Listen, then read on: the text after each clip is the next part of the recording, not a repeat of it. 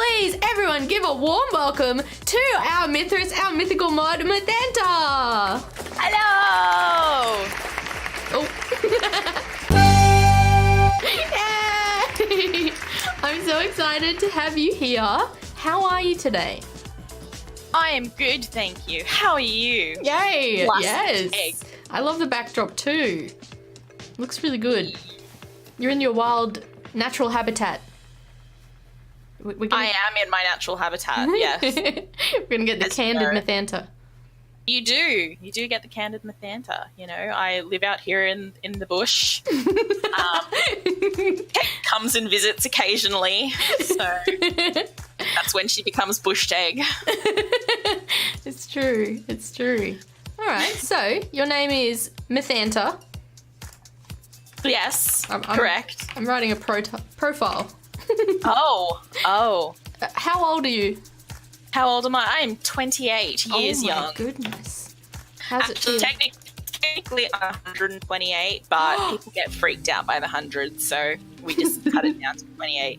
Gorgon years work differently. Of course. Gorgon years. She's a Gorgon. Yes. And where do you live? You don't have to be specific. Oh, I live in the southern hemisphere. All right. Hey! Noted. Well done. You didn't say that. You said I don't have to be specific. I live on the Central Coast, which is in New South Wales, Australia, north of Sydney. I wrote it as Just type Central in. Coats. Yes. And what current games are you playing through at the moment? Current games. Oh, okay. So I'm still playing through Legend of Zelda Breath of the Wild because I didn't get it until maybe 9 months after it came out. Sounds good. Yeah, really enjoying it. I'm also playing The Witcher 3. Oh god. Yeah. Sneezy says, Zelda, boo! Boo you, Sneezy. Get him. And also, Panda's here! Panda! Hello! Hello. Yes. And do you have any pets? I have pets. I technically have 3 cats, but one lives with my parents and brother because when I moved, I didn't want to remove her from the family home. Yeah. And then I adopted 2 new cats. So, Nix and Max are my 2 new kitties. And they're very gorgeous. They just came and joined me. They're here too! They are! Yes. Max is actually meowing at me right now, so you know. Aw. And what's the kitty that's at your original home? My original home is Tilly. Tilly. She's a tortoiseshell, but has white in her, so I think in America she'd be considered somewhat of a calico cat, but her ginger and black spots are mushed together like tortoiseshell, not separate like a calico. So she's called tortoiseshell and white by the vet, so you know. Oh, that's very specific. It is. She's gorgeous. What are some of your favorite video games? Zelda, of course. I really enjoy the Dishonored series. I find them really fun. I still haven't been able to do a complete ghost run. I always inevitably end up killing someone. Oh no! One day. Also really enjoy the Fallout series, Skyrim, Oblivion, Elder Scrolls, Overwatch. What else is there? There's so many. Dragon Age, Mass Dragon Effect. Age and Mass Effect, of course. I have to do another playthrough of those series because I haven't played them through in Yeah. Oh my god, I need to play through them again. Yes, Mass Effect. I'm actually playing through Andromeda. I need to get back into that. I stopped. Ooh. I do.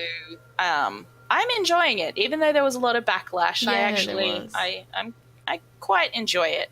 I like a lot of the new mechanics they've got in. You can jump now and like hover, so that's really exciting.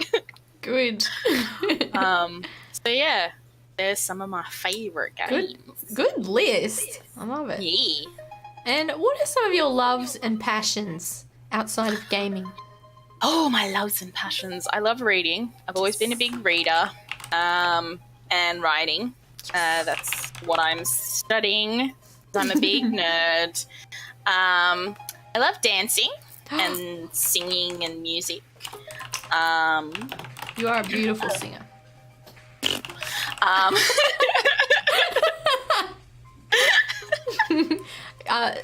The audience is screaming cats. Cats as well. Cats, yes. Well, of course. I Cats. actually love all animals. It's just cats are what I can own at the moment. So, Yay. I like swimming as well. Yes. I like hanging with my friends, going out to dinner, movies, TV. I'm a big movie and TV fan. Yeah. I haven't seen nearly as much as I need to, though. People ask me, have you seen this, this, and this? And I'm like, no, I'm a bad fan. Same. So, Same.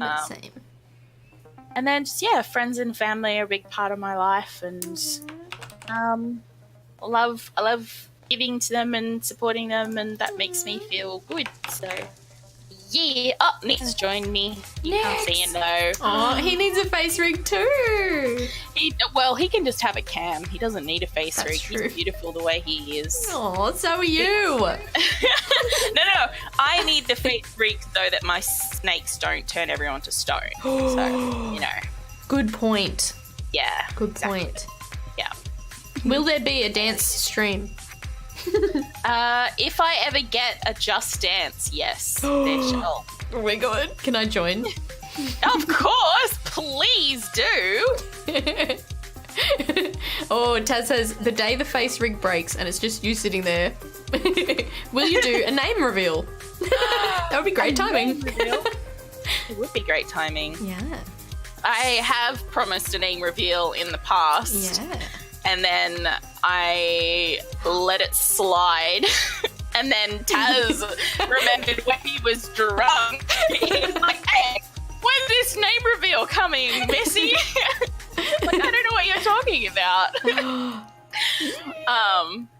So I do need to do that at some point. I just don't know when to let it drop. Ooh, the name drop. Ooh. That's so Not a mic exciting. drop, a name drop. Yeah. I mean, it's my middle name technically because Mythanta is obviously my first. So. Mythanta's real name is also Teg because everyone in Australia is called Shane or Tegan. God. So Mr. Teg's real name is Shane. Oh my gosh. Braun. Yes. Is my real name Braun? Yes. Oh, perfect timing. All right. Speaking Oh, of names, how did you come up with the name Mythanta? It's I was actually stuck for it. It was when I was trying to come up with a gamer tag for Overwatch. Ooh. And I was just really struggling. I was like, I don't know what I want to call myself. And so I went on to a name generator and it came up with something similar, Ooh. but I didn't like that exactly, but I liked the myth part. So I was like, ooh, what could go with myth? And I like the name Anna or Anna. Oh, me so too. yeah, so I just kind of mushed the two together and Ooh. and I kind of like Mythanta probably I thought Mythanta just adds an extra syllable kind of thing sound to it. Yeah. But then I get my Lanta a lot, so Yeah. Oh, what did all regrets. the person I hosted last night, what did they call you? It was really funny. It was one we haven't heard before. Oh yes. Something. It was good. like Mythan. He Yeah. got the myth part right. That's all we need. It's either my Lanta or my Fanta. Yeah. I'm like, Oh, my Lanta. Yes, it was, Quill. It was. It was. It's okay, we'll blame it on him. A boom boom. My Fanta. My Fanta. I actually have a friend on Overwatch. Before I got onto Twitch or anything, she would used to call me Fanta because people would say my Fanta. And so she just shortened it to Fanta. And she's actually the one that came up with Mithras as well. So that's awesome. Yeah. Shout out to Fallen Angel. Hey, I play with her sometimes. In Mystery Heroes. In Mystery, yeah. Oh, that's so good. So what got you onto Twitch? So you started gaming. Oh, my face rig just went mad. Yeah. I was like, help. I put my hand in front of my face, so it was like, it messed up the calibration. Yeah. We do not do hand. Yeah. Yeah, what got you into streaming? So I was actually watching Loser Fruit's YouTube videos at the time on Overwatch. And I noticed this guy that she played with a couple of times called Nimish. Shout out. And shout out to Nimish. And I thought, he's really funny. I wonder if he streams or does YouTube. I actually thought, I wonder if he does YouTube first because I didn't know about the streaming per se so much then. But I looked him up on YouTube and there wasn't anything really there. He had a few videos, but nothing game related. And then when I cottoned on that Loser Fruit was a Twitch stream, I checked like, what's Twitch? So I checked that out and then created Mythanta and then followed her and Nimish. And that was kind of how I got introduced to Twitch, was just lurking in Nimish streams. I didn't talk. I actually didn't get the confidence to talk in any Twitch streams until you started streaming. Really? Shout out Classic Tag. I didn't know that. Yeah, so I didn't actually chat in Nim's stream until you started streaming in February. And wow. Yeah, because you like modded me straight away. I was like, oh, I gotta learn how to talk in chat. I never even knew. And then I never shut up, so. Yeah. Hi, everyone. When you started streaming, you seem to know so many people. That's purely, so interesting. Yeah, but that was because, like, I started talking in Nimish's stream and in your stream, and then from the two of you, I, got into raids and other streamers and started watching other people and everything. So that's kind of where it grew from. Wow. There you go. Yeah. I love it. Tumblin, how are you? Welcome in. We are interviewing the Mithras, the mythical mod, Mythanta herself. Hello. Welcome in, Ghost Brain, as well. Hola. Salad has, as this little question, what is your favorite Mexican food? Burritos. Ooh, same. Yeah, burritos every time. I love that you can get the spiciness of the mince and stuff, but that you can have all the salads that make it just really juicy and tasty. All wrapped up nicely. Oh, good answer. I'm hungry. Yeah. Alright. So you're a variety caster. I am. What do you like about variety streaming? I like that community can grow with such a variety of people that come in and watch, people will come in for the different games that you play, and if they like the vibe of your stream, then they'll stick around sort of no matter what you end up streaming afterwards. So there's this sense of diversity within the community as well, and I really like that because I think as gamers we all play different things, and we all we might stick to a genre, but we play multiple games within that genre kind of thing, and a lot of the time we don't just stick to one genre anyway. We'll play multiple things, and I find that really enjoyable because I know my energy wise, if I played the same thing every stream, my energy would dip, and that I don't think would be particularly entertaining for the community, because one of the things that sort of drew me to want to stream myself is that I love entertaining people. That to me is so fun and rewarding, and it's such a kick when you see them again and you're just like, I'm getting to interact with these people. They're laughing, hopefully, either at me or with me. I don't care. So long as they're enjoying themselves, you know.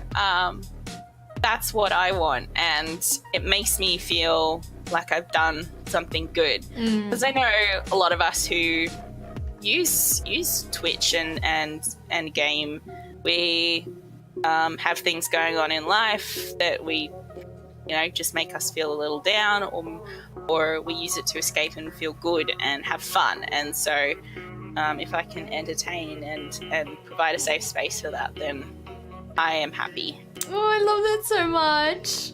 Yeah. That fills me with happiness.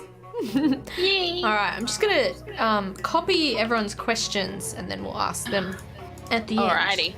And if you have any more, you can ask them then as well. Too easy. All right, let me see. Let's go in here. Oh, yeah. Where would you like streaming to take you? I'm honestly at a place now where I have to balance streaming with my other life commitments at the moment. I'm studying at university still, and I'm working there, and I have to decide whether I'm going to continue with university full time, because if I do, then I won't really have time for streaming. So I have to decide whether I want to go part-time, which I'm also considering for my own mental health. I've just been taking a break from uni because it was causing a lot of extra stress. Yeah. Just the pressures of it. So, because I'm doing postgrad.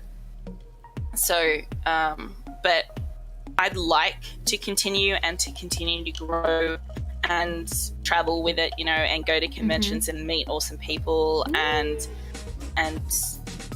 do community days and give people the chance to chat and talk and share and have fun together. Like, that'd be awesome. So doing something like Hex Steph or Barjo, you know, where they get to do all these big things outside of streaming, that'd be awesome. I mean, part of me I've always wanted to be an actor, so if I could go into like voice acting or something, I would be so excited. Yes. So there's that aspect as well, but again, it all sort of comes down to timing. So I have to figure that out for the new year, to New Year's resolutions. Yeah. But I've always wanted to get into a field where I can produce stuff either via acting or via writing, to give people stuff to read or see and think and enjoy. And yeah, so if I can do that, then my life will be complete. That's so exciting. I knew you enjoyed performance and performing. I remember you loved drama at school, so yeah, but I didn't know how far you wanted to go with it, so that's exciting. Yeah, so I actually in year 12, at the end of year 12, I had a drama teacher outside of school. I was doing drama outside of school, and she was like, you should go audition for NIDA. And for those of you who aren't Australian, NIDA is the top school of performing arts in Australia. And I did. I ended up going and auditioning for NIDA. Yeah, and it was it was on the same day as my year 12 formal. Oh my gosh. So it was a hectic day. I went to the hairdressers in the morning and got my hair all done up. Wow. And then so I went to NIDA with my hair looking like I was going to a formal. I don't know what impression that gave, but and then I spent the whole day basically in Sydney doing a series of audition things. Like, they do all these group activities with you, and then you do your monologues, and if you are successful with all that part, then they keep you there even longer and get you more auditioning. Like, it's a 3-step process. It's intense. I didn't make it beyond the first stage, and I found out from the people at NIDA that they don't take in school leavers straight. Wow. So every one of us that was under 18 or 18 got rejected, basically because we were straight out of school. Really? Yeah. I'm so mad. And they always encourage you to come back and audition again once you've got some life experience, which is fair. I was very bitter for a long time. I was like, well, which kind of sums up the fact that I was not mature enough to go to this school. And I think that just reflected my overall feeling towards school at the time anyway. I hated high school. I was so keen to get out of there. And I thought universities or colleges were going to be exactly like high schools. So yeah, I think a lot of people do, yeah. Yeah, so, but yeah, might go and audition there again. I don't know. We'll see. But it was so funny because after the auditioning, we drove back and went straight to the formal. And I got changed in the car. Oh my God. And I did my makeup in the car. Oh, I love you. and so I'm like getting out of my drama clothes into my formal dress and high heels, and I get to the formal and it's dark by this stage, and it's daylight savings, so we get there around 8 o'clock. Oh my God. They've done all the photos, so I'm not in any of the Year 12 grade photos. And they were all sitting down eating dinner already and doing like the whatever. And my dad had to go stand outside the parents' table. I was so fuming. I was like, so it was a mess. They should have waited. So right, like, here I am coming back from NIDA. Why didn't you people wait for me? Yeah, I've just been to the most important audition of my life. Yeah. You couldn't even wait. Yeah. So that was a funny day. Oh my goodness. So, I would have ditched as well, Evie, but all my friends were like, you have to come, it's going to be the last big thing. And I was just like, that's why I was happy to have the audition day on my formal day, because I was like, formal doesn't really mean much to me. Yeah. And if they had dancing, I probably would have been more excited to go, but I went to a Christian school. And so dancing isn't allowed because it promotes sex, guys. Oh my God, did you know that? Well, don't look at my stream. Exactly, Tag. You are a sinner. Sinner right in. Wow. Yeah. So. Sex? Sex? Hey, how you doing? So Ghostbrain brought up the Australian and New Zealand Twitch community, which I love. Yes. Would you agree that, because at PAX I felt like I noticed how small the Twitch community was, in the sense that everyone kind of knows everyone else, and I thought that was really fantastic to see for me, because it showed me that there's room at the top for us, all us Aussie streamers in here. Yeah. New Zealand streamers. Yeah, for sure. Yeah? Yeah, it does show you how close-knit the Australian and New Zealand streaming community is, and that there is, as you say, room to grow that, and room to find a prominent place within the Twitch global community. Yes. And hopefully that happens. I mean, there's so much great Australian and New Zealand talent, Oh, God, and you know, the grassroots program is really great to exist and support these streamers, and hopefully it continues to grow, because I think one thing I noticed at PAX was how small the partnered aspect of the Oceanic streamer community was. Like, there's not a lot of partnered streamers, and I think that shows you how hard it is to get to that position, but also, you know, we can continue to support each other and grow, and hopefully boost ourselves as a community up there and make the world take notice of us. Yes, I agree. Yes. I think Australia on Twitch and New Zealand has so much to give, so much talent, so much content for the future as well. Yeah, definitely. I mean, I think there's like, this might be a wrong statistic, but I think it was 6,000 partners were made in America last year. Wow. I think. I'm not sure.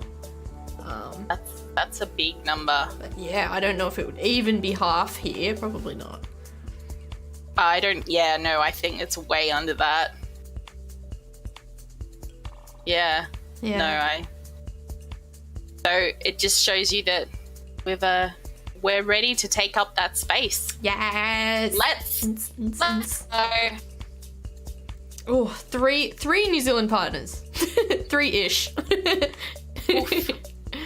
Not enough. Not enough. The world needs to see these Kiwis. Exactly. Quill for partner. Quill for partner. Speaking of Quill, who's the better gamer, Mythanta, you or Quill? I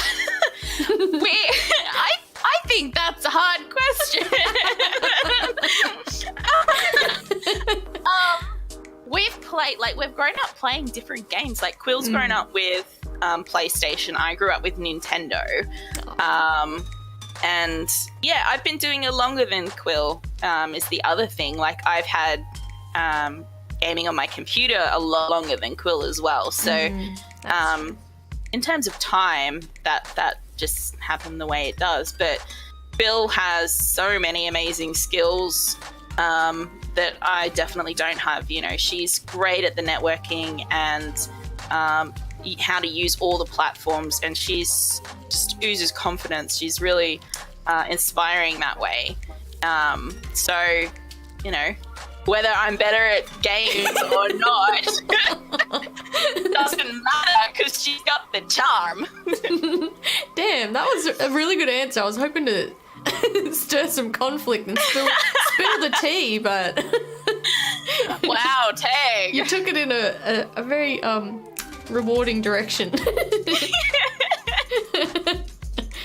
Quill is humble bragging right now in chat. There's nothing humble about Quill, guys. Come on. It's just plain old bragging. Wow. I have a kind of question to do with that for a different topic a bit later, so I'll have to remember that. Just going back to games, what's your earliest memory of gaming? My earliest memory is, I've got two memories. One was actually getting my Nintendo 64 for Christmas and unwrapping it, and I was so cool. I was so excited. I was so damn excited. Oh my goodness. Yeah, unwrapping this box and seeing the great Nintendo 64. Wow. With 2 controllers, and it came with Pokemon Stadium. Oh, what? Yeah, and so I was so excited. So that's one of my earliest memories. My other earliest memory is actually playing on the computer. One of the old chunky white monitors that had a really long back. A 90s computer, even 80s computer, really chunky, really small screen. Wow. This old white keyboard and this clunky mouse, and playing some kid games like there was this one like a world explorer game, and you would go to the different countries and there'd be different puzzles there, like like an I Spy and all these different games. There was another game which was like, it had maths in it. Can you believe it? I played a game with maths in it when I was a kid. Me too. What?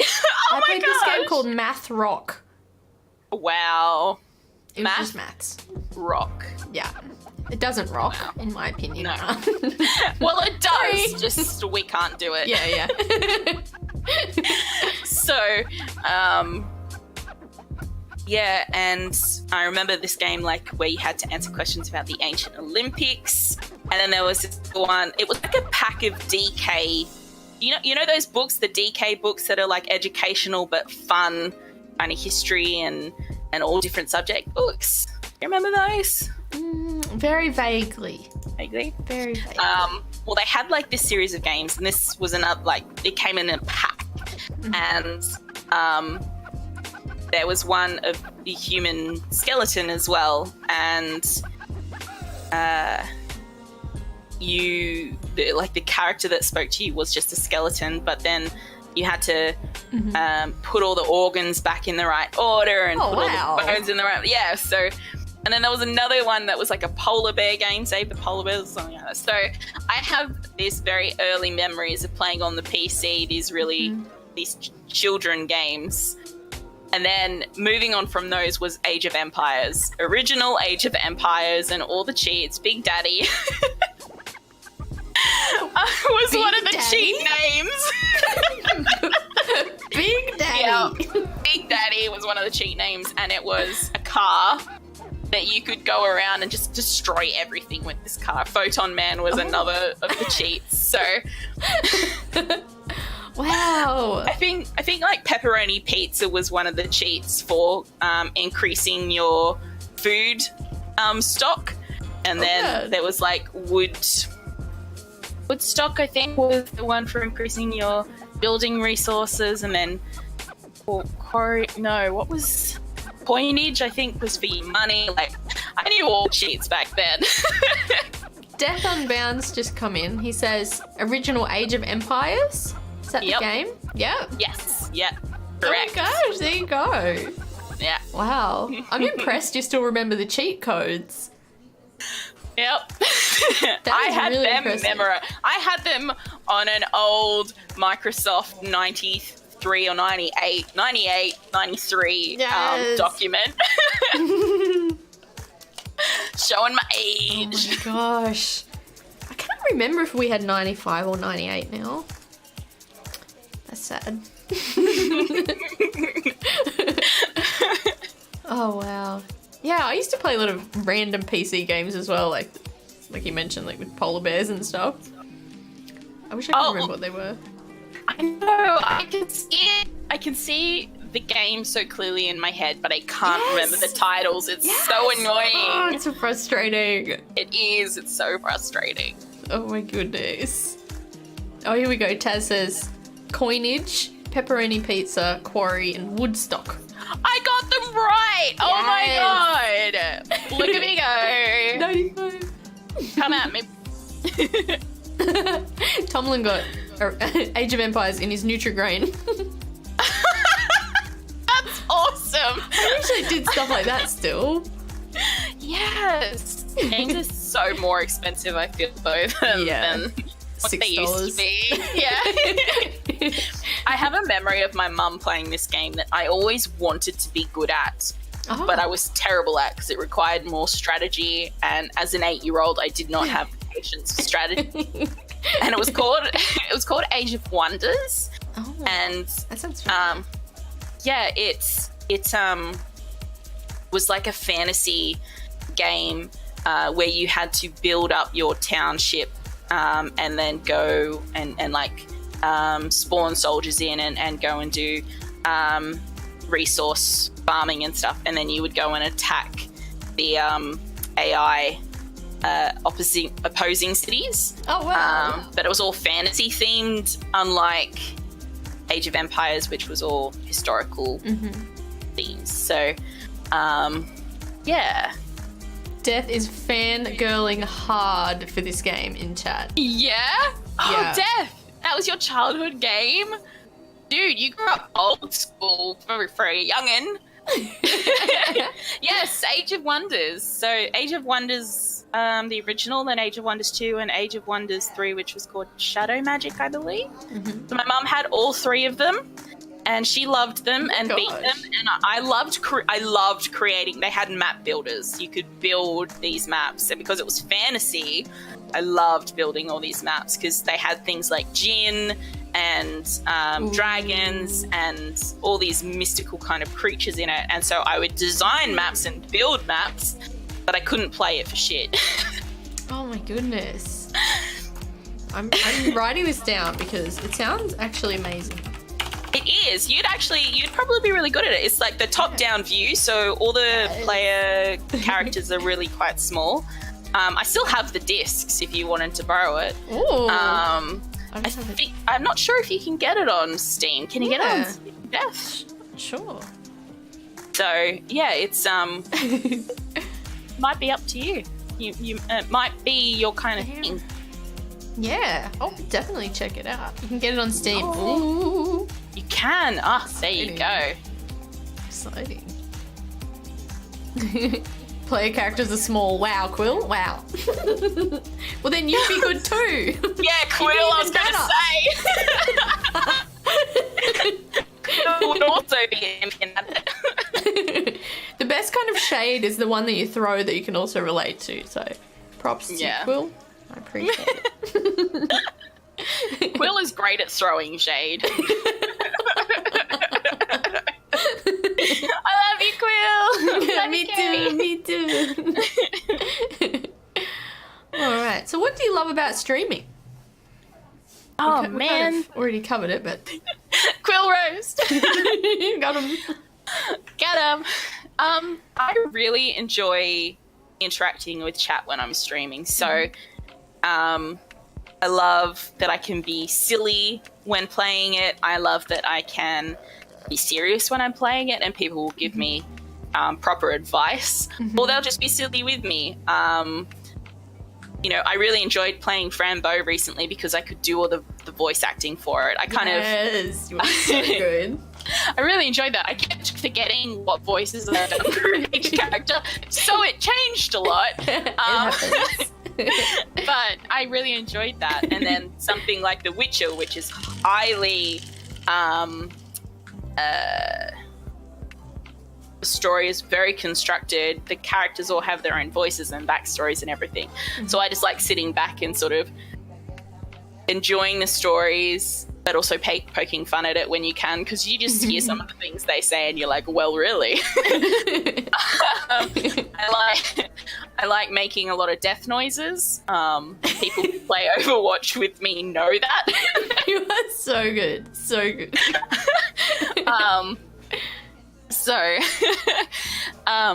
But yeah, I just like the interaction with chat, that I can play games, do something that I really enjoy, and be social at the same time. To me, that's really fun. So that is what I really like about it. And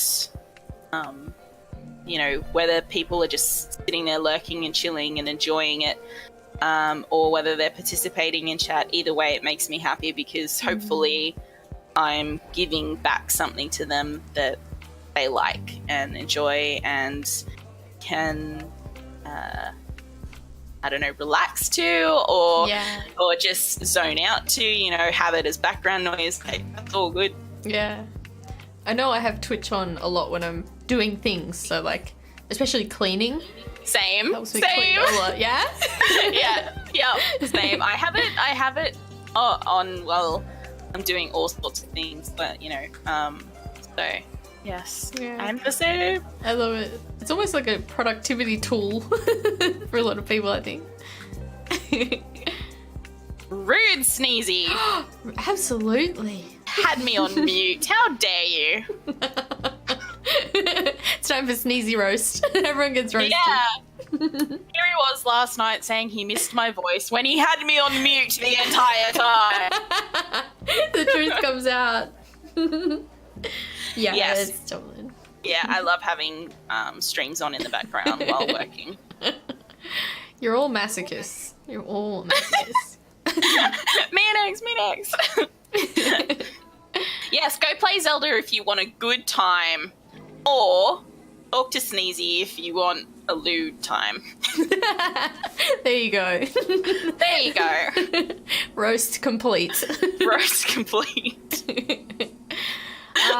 What advice do you have for someone wanting to leap into streaming? From my own experience and having seen other people start streaming, I would recommend going into other people's streams, start talking to those people, be social in their Discords, get to know people first, and then start streaming, because you'll have already built up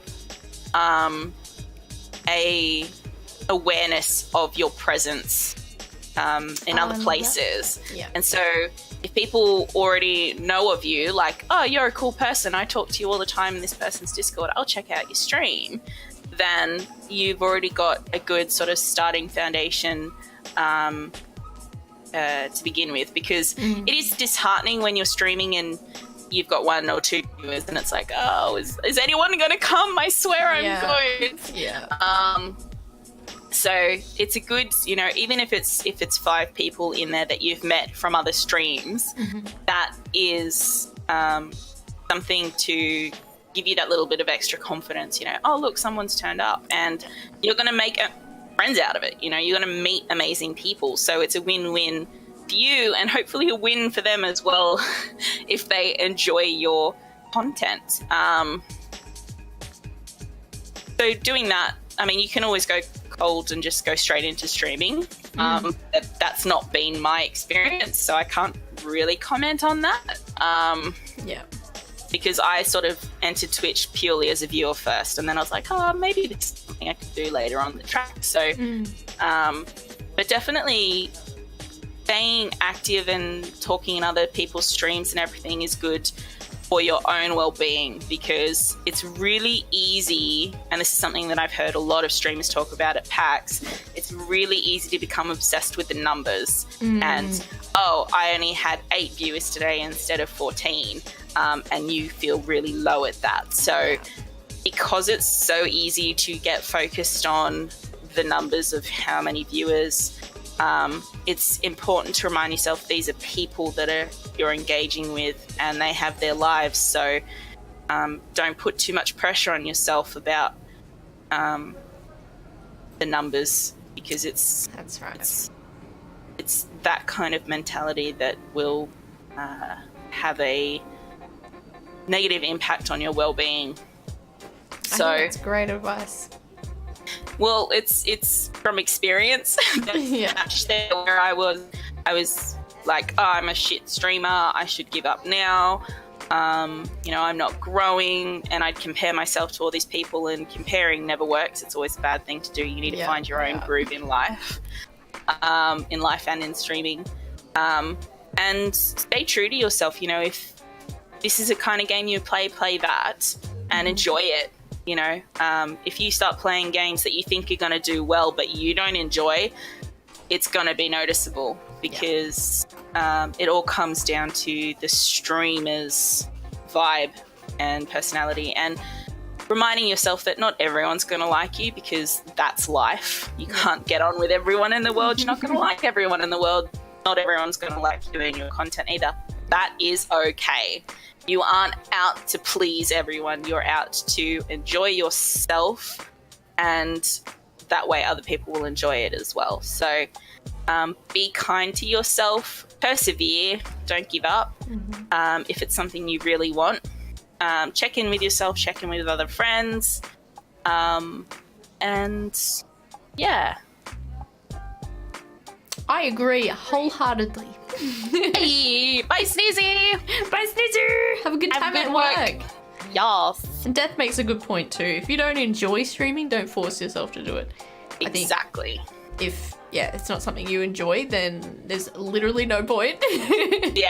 Oh, But for sure. if you think that there's a possibility that you could enjoy it, but you're not enjoying it at the moment, you can always come back later and pick it up again. I know people who have started streaming and stopped streaming and started streaming and stopped streaming a million times and revamped themselves, changed their whole outlook and their niche as well, and grown from there. So yeah, you know, just don't pressure yourself. And yeah. And instead of looking at the numbers, I think it's good to look at the individuals who are there and really appreciate them for their time. Exactly. Yes. And remembering that most streamers who are partnered now do it full time because of that, but they mostly started out doing it part time because they also worked. So That's you right. have to find that work-life balance, because it's a slow starting business, because you are your own business. And I think like most self-employed businesses, it's slow to begin, but if you persevere because you're still enjoying it, then the grind pays off. So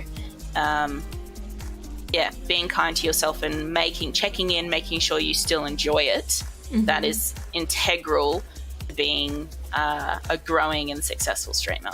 Yeah. Oof. Good answer, Mythanta. Hey! 9-bit, thank you for the biddies. Biddies! I should have turned off alerts. Sorry about that. That's okay. I Thank can't you. hear it. Thank you I very have much. stream muted because I'm talking to you in Discord. Excellent. Yes, I think there is a huge grind that people don't expect. And if it's your passion, if it's something that you love, it doesn't feel like a grind. But yeah, it's good to just be Most of the self-aware. time. Yeah, most of the time. Sometimes it does feel like a grind, but it's worth it. It's worth it, yes. Yeah. And breaks are good, yep, definitely.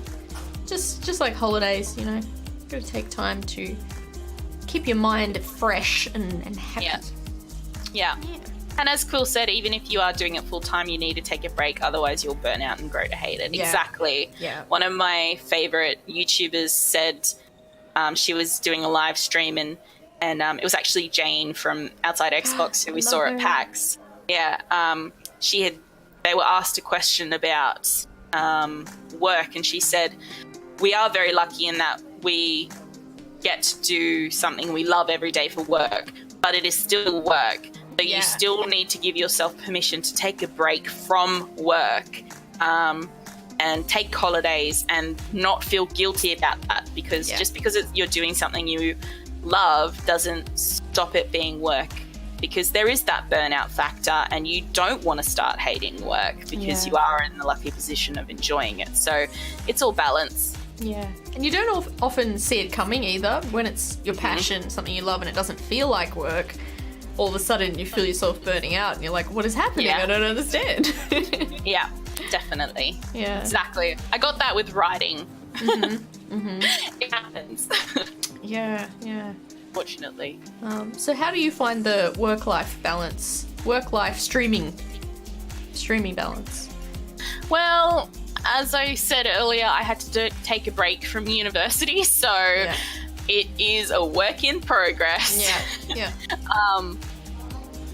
It's weird, like at 28, I feel like I should have adulting down pat by now. Like, you know, I'm closer to 30 than I am a teenager, and I should have better organizational skills. I should be on the way to adulting properly, and I'm not. I am so confused as an adult. I bumble along day to day, and I think being able to find a work-life balance takes a lot of active thinking process and a lot of actions, like intentional actions, which takes energy.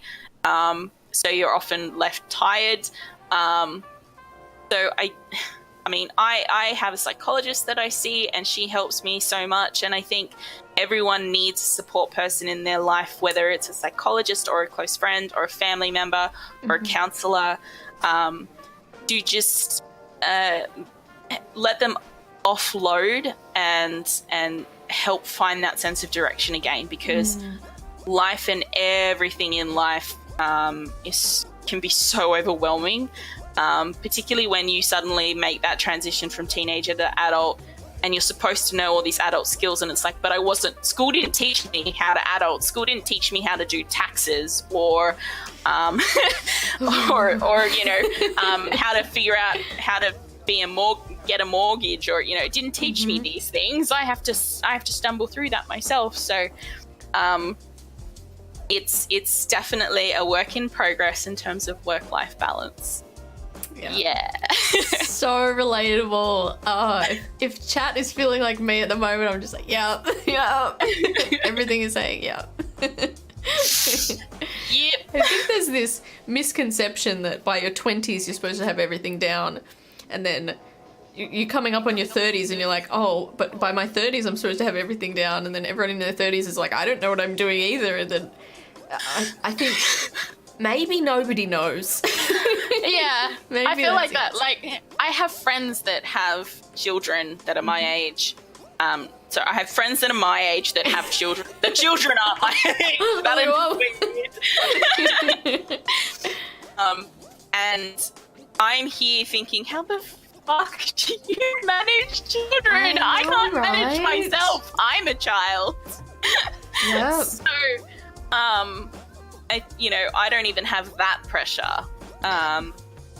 So, yeah, life is just a mess. And for people that seemingly have their lives on track, I bet you they feel like it's a mess as well. So we're all in the shit together, basically. Cheers. Cheers, big girls. Cheers to struggle. Hey.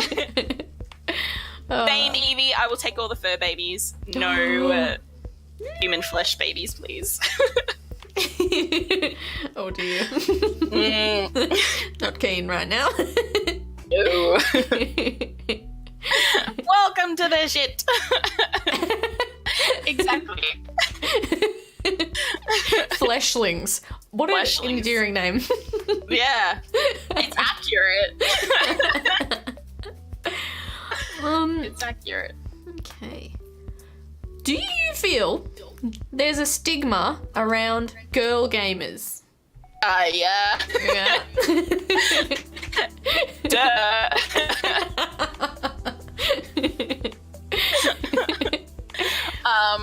Cake has just made the understatement of the century.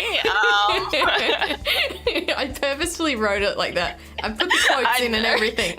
Yeah. Oh, yeah. Understandable. Get down to the nitty gritty. Yes, I definitely think there's still stigma around girl gamers, or definitely a lot of preconceived ideas that are way out of date. Yeah. And were never really that accurate to begin with. Yeah. So, I mean, when you look at the statistics, I don't know it exactly, but aren't like 48% or something of gamers female? And of that, over 50% of those female gamers are in their 20s and 30s. So, we've grown up with the gaming as well. Yeah. And I think there's a lot of stigma around girl gamers that's actually like residual from the comics era and Pulp Fiction era, which was really the male domain, and games were often lumped in with, oh, you like comics, you probably like games. Here, that must be a male domain. And it's like, well, no, that's not true. So it's very out of date and often incorrect with the depictions anyway. I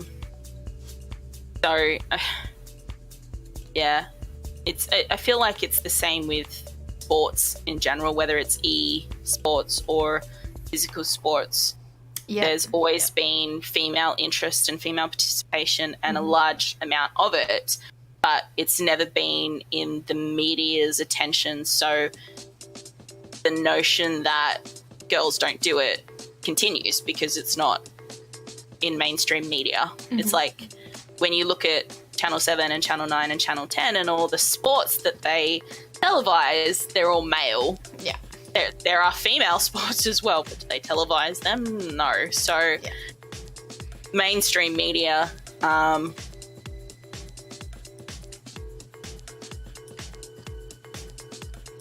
You still here? Have we lost Mythanta? Ooh. What? Oh, we're good. Good? Okay. Mythanta. Okay. So, Oh, it says stream has disconnected.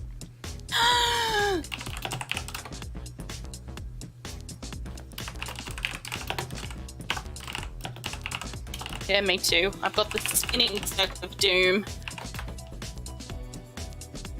Oh no. I'm so mad. Oh no! I was just on my high horse too. I know, it was going so well. Oh, I think we're good. Are we back? I think we're back. Let me check. Dun, dun, dun, dun, dun, dun. Are we back? Oh, it's the internet. Yes. Woo! We are having some hectic storms in Sydney, so I'm sorry for our brief interruption just there. If you can't see, please refresh. Yes. Please refresh if stream is not back. Just when I was in the middle of my spiel as well, like, internet, rude. See? It's a conspiracy. Exactly. The internet's like, you're trying to talk about this? No. And I was just going to ask you, do you feel like you've encountered that stigma on Twitch or in games recently, and then it cuts you off? Yeah. Yep. The internet hates girl gamers, confirmed. Even the internet is sexist. Even the internet's sexist. And for anyone who may be watching and like raging at that statement, it's a joke. It's okay, calm down.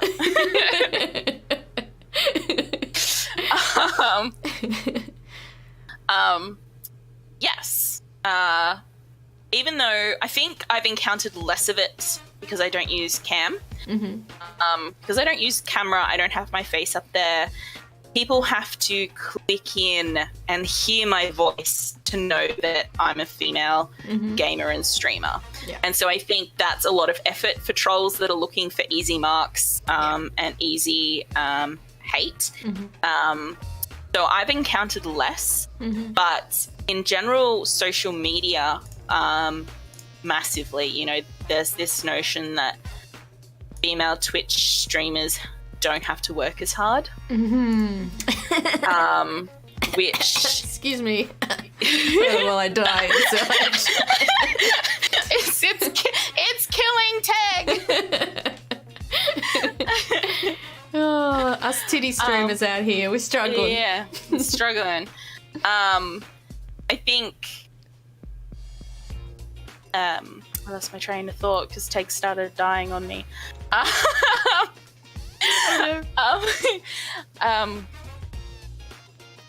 That don't have to work as hard, which comes back to this notion of merit. It's like, oh, you know, we'll give them the job if they're good enough for it. But if there's a male counterpart that's better at the job, then they'll obviously get it. We're not gonna give it to them just because they're female.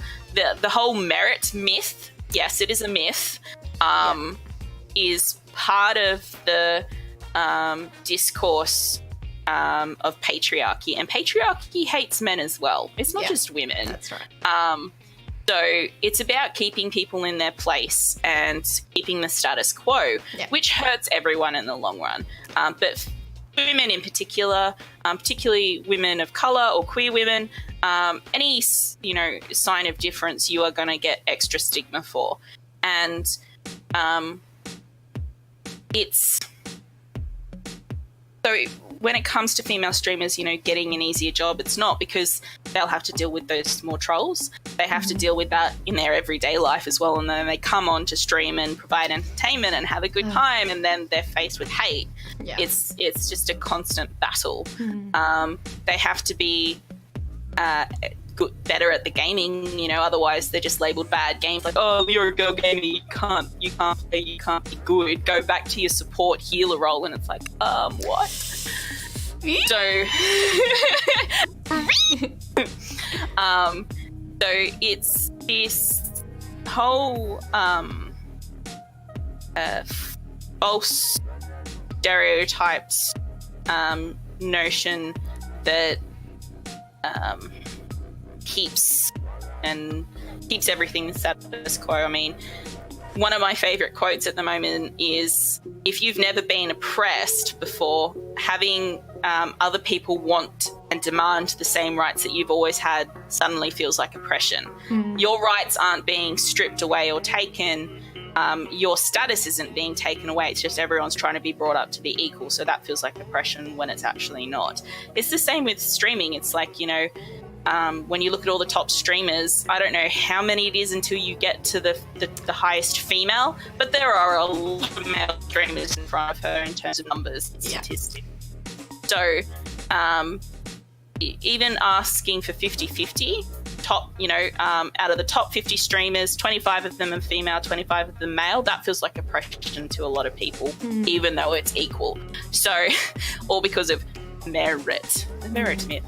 So, it's a real stigma, and there are statistics and reports and evidence and studies to support that. So, your opinion doesn't actually cut it. So, yeah. So, yeah, and as you said, what's considered top streamer? Death. We're going here by follower numbers. Yeah, follower numbers. So, just at the moment, that's what studies are being conducted about, basically, because it's a maths game and comes down to what's measurable. Yeah. So, unfortunately, that's often the way, is what's measurable. But yeah, I think we're a long way off having the stigma changed. But as long as there's those of us who are willing to keep fighting against it, then that's what matters. Yeah. Quill mentioned in chat, I was told I'd be carried and that it would be easy for me because I'm a lady. I was told the same thing. And then, got a bit of a rude shock. Uni so welcome in. So I think there's also an idea that it is easier for women, which it doesn't make sense because, as you mentioned, the statistics show it's just not like that. And I read recently, I think it was like 20% of people on Twitch identify as female. That's very low. Like, in terms of streamers. And I think in viewers, it's even lower. Yeah. So, exactly. And they try and downplay it. And so statistically, we're a smaller number anyway. And then it's dismissed or downplayed or reduced to, you didn't actually do the work and other people helped you there. Carried you is a term that gets thrown about a lot. And it's all part of the discourse and dialogue and language. Language is so important, and that's why I am a stickler for... I notice little things. I'm not talking about, like, grammar. I'm talking about just phrases that we use and meaning behind words. It has so much power, and on a medium like Twitch, where only the streamer gets to talk and everyone else is text, language becomes really important. So it's an ongoing battle. I wish I'd prepared some more questions on this topic. That was very insightful. That was wonderful. Yay. Yeah. I am happy to talk about this kind of stuff. Awesome. I'm sure we'll come back to it soon, I reckon. Probably. Let's move along. Here's a question I am very, very excited for. What do you think the future of streaming and gaming content creation looks like? hopefully it continues to grow and becomes accessible. I mean, it would be awesome if esports and other like medias could be televised occasionally. I think things like the League of Legends and Overwatch and all the other major CSGO is one. These are massive competitions, and I know in America and in Asia, there's a lot of money put behind these teams, and they have whole conventions sort of focused in around them. If they could become more diverse, oh man. Female players, people, they exist. So much better off. If they can become less exclusive, because at the moment they feel very exclusive. Yeah. And if they could become more inclusive and diverse and accessible, it could become such a unifying medium across the globe, whether you're a casual gamer, a competitive gamer, whether you're doing strategy or shooters or RPGs, there's so much potential there to grow a positive community. And I think that's where some of the less desirable traits of gamers could be challenged, is, saltiness and toxicity are common in these communities. And I think that's because we all have that inner competitiveness. I mean, certainly in multiplayer games, that's one of the reasons why they appeal to people, is that they're competitions. But as I was in another streamer's stream last night, someone was saying, you can be salty without being mean. Yes. And it's true. You can be upset with your play or someone else's play without name calling or without being rude to the other person. It is possible. And that's what needs to be changed. And parents being a little more involved with kids that are interested in gaming would be good. Yes. So I know people complain about 12-year-olds and Fortnite all the time and stuff, and it's like, well, if the parents don't care, if the parents aren't interested and they're just seeing it as a distraction for the kids, or, kids having their kid time or whatever, not realizing the behavior that the kids are getting up to, then these are things that need to be made aware.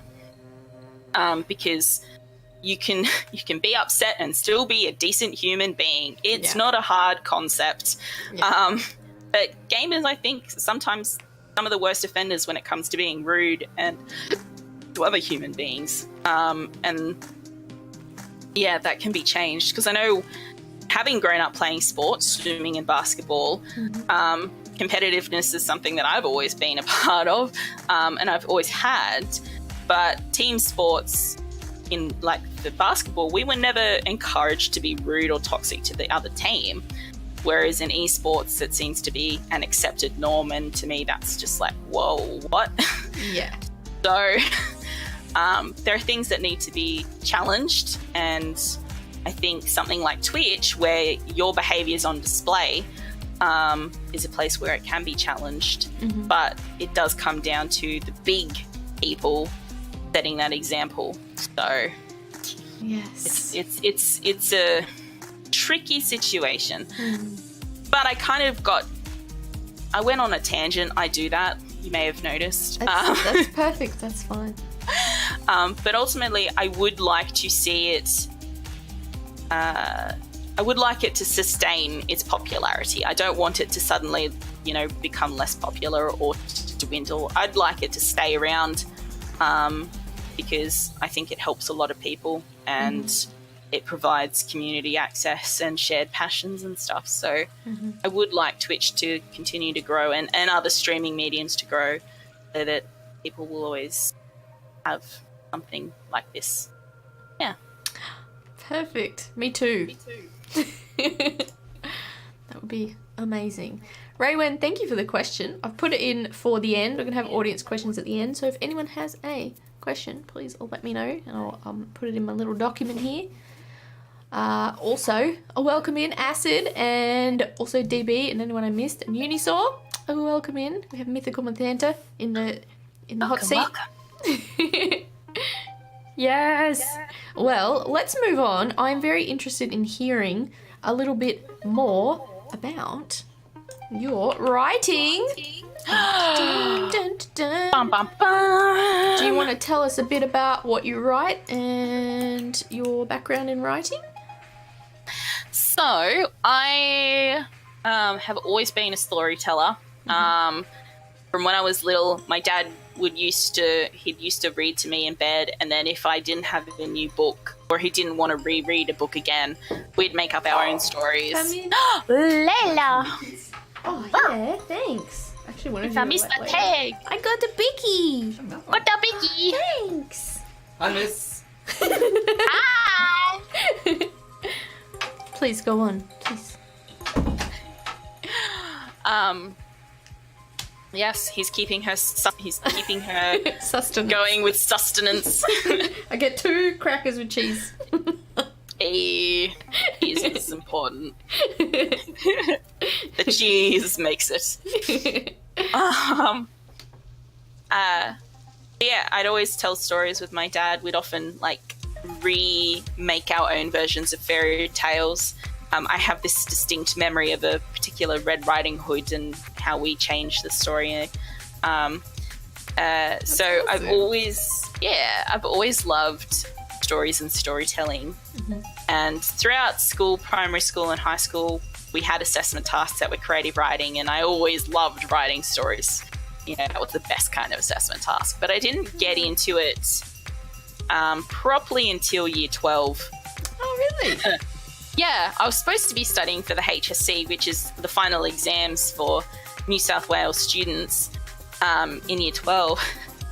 And so I was studying for my exam by doing practice creative writing, nice. Which was one of the exams.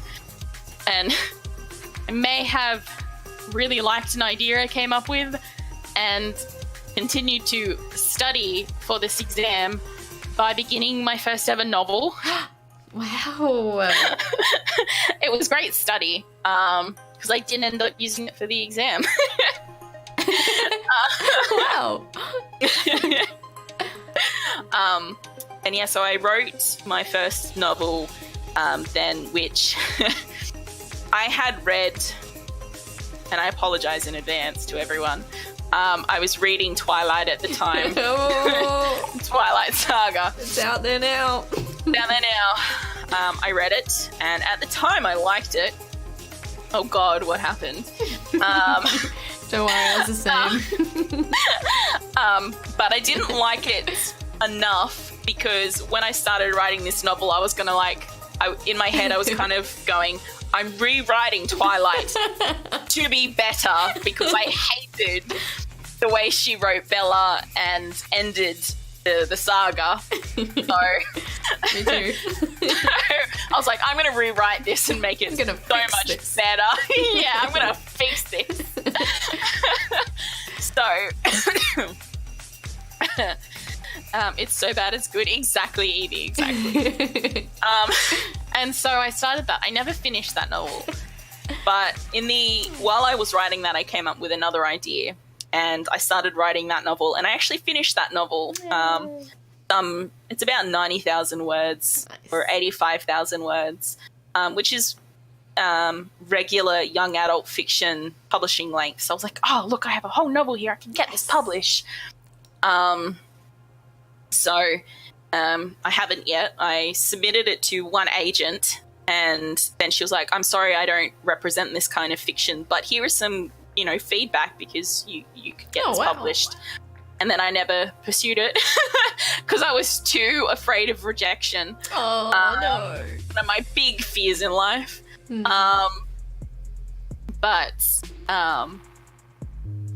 I had a year off school, and in that gap year, because I was like, when I graduated high school, I was like, I just want to write and work. I don't want to go to uni. During that gap year, I quit my job because I hated it. It was causing me so much anxiety, and then I couldn't get a new job. I was working at a bakery, it was causing me a lot of anxiety because of the owner, and so it wasn't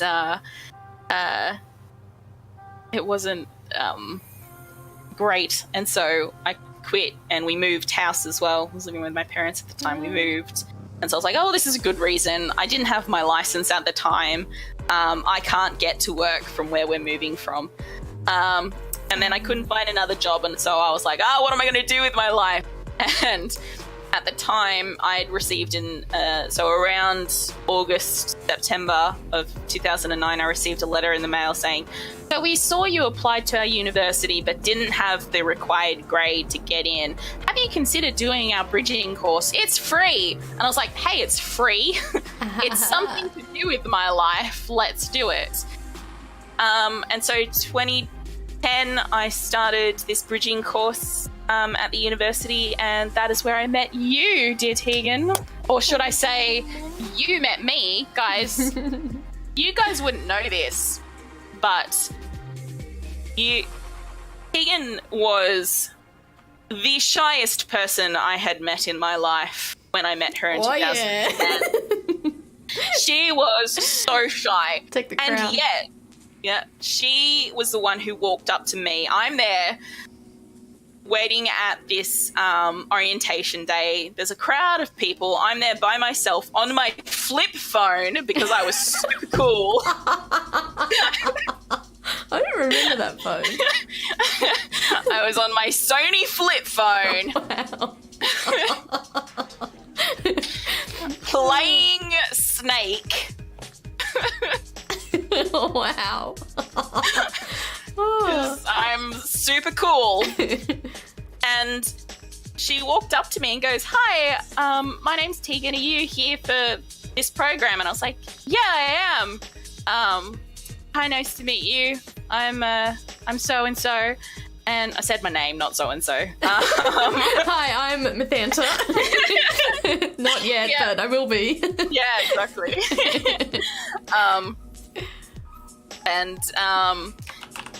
She was like, do you want to sit together in the orientation lecture? And I was like, yes, I don't know anyone here. And that is how our friendship was born 8 years ago. And I am so lucky. I am lucky. You're the one that walked up to me. Nah, I'm luckier. No. I literally was just like, oh, hey, you. And I hit the jackpot. Oh my God. I made a best friend for life that day, and I'm so lucky. Hey, so am I. Chosen one. Yep. And we were inseparable since. And it was so funny because she came up to me, so I was like immediately like, oh my gosh, this girl is amazing. She's so confident. She's just walked up to a stranger, introduced herself, and made a friend. Like, whoa. And then I learned just how shy she used to be. And it was like, what?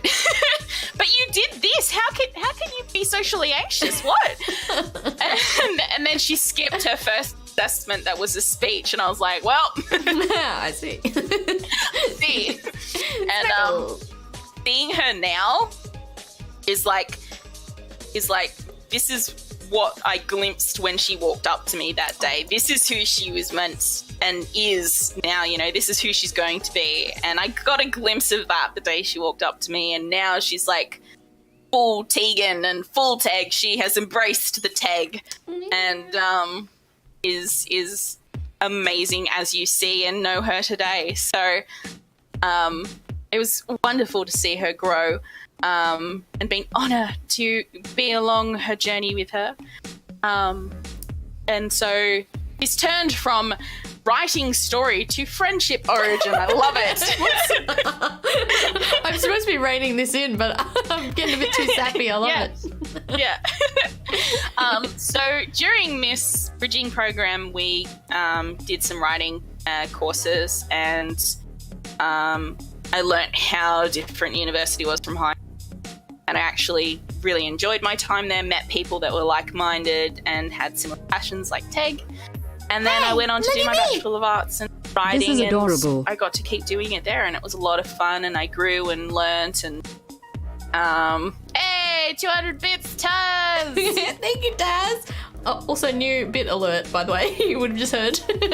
Sorry, I didn't hear continue, it. Continue. I have it muted. I didn't hear it. It feels bad now. So yeah, it was something I got to do throughout uni, and it was both a blessing and a curse as such, as that I was doing something I loved all the time with an academic focus on it that I burnt out. And so now writing, I've been in a bit of a writer's block or dump.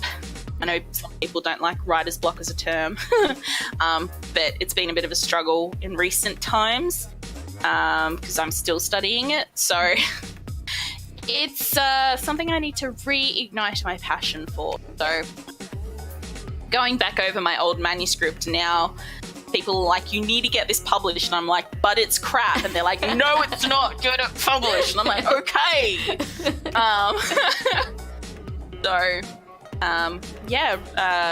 Genre, I've always loved fantasy and science fiction. Always. When I was younger, I think one of the first books I remember reading on my own was Chronicles of Narnia. Yes. And I loved those books, all 7 of them. And then Harry Potter came out when I was it 97? It was 97 that it was published, right? Something like that, I think so. Quill! Harry Potter nerd! All the facts. Quill is a resource. It was 97? Yes, Quill is a resource. I was 7 years old when the first book came out, and my dad started reading it to me and then proceeded to fall asleep while reading it to me. Wow. Because he was so bored by it. My dad gets bored by fantasy. What? So I would take the book from his hands whilst he snored next to me and read it to myself. No way. Hey, look at me. And I never forgot Are you ready Quill. for spicy buffalo oat chicken at Subway? Poor Quill. Made with 100% chicken breast and marinated in spicy buffalo sauce 2009 with is a when I creamy went blue met cheese Quill, dressing. and we met New in a at Subway. writing forum, actually, on DeviantArt. We met during NaNoWriMo. Yeah. So I met Quill via writing. She's also I didn't know that. yeah. So she was the one who introduced me to NaNoWriMo properly, and is an amazing writer herself. So yeah, my dad is a heretic. Your dad's giving you a bit of hate in chat right now. Yeah, he some fell flack. asleep reading Harry Potter. He fell asleep during the Lord of the Rings movies as well. Within like the first 10 minutes of fellowship, he fell asleep and then woke up for spoilers, Boromir's death, and he's like, "Come on, a person can't live with this many arrows in his chest. This is unrealistic." I'm like, Dad. Anyway, sidetrack.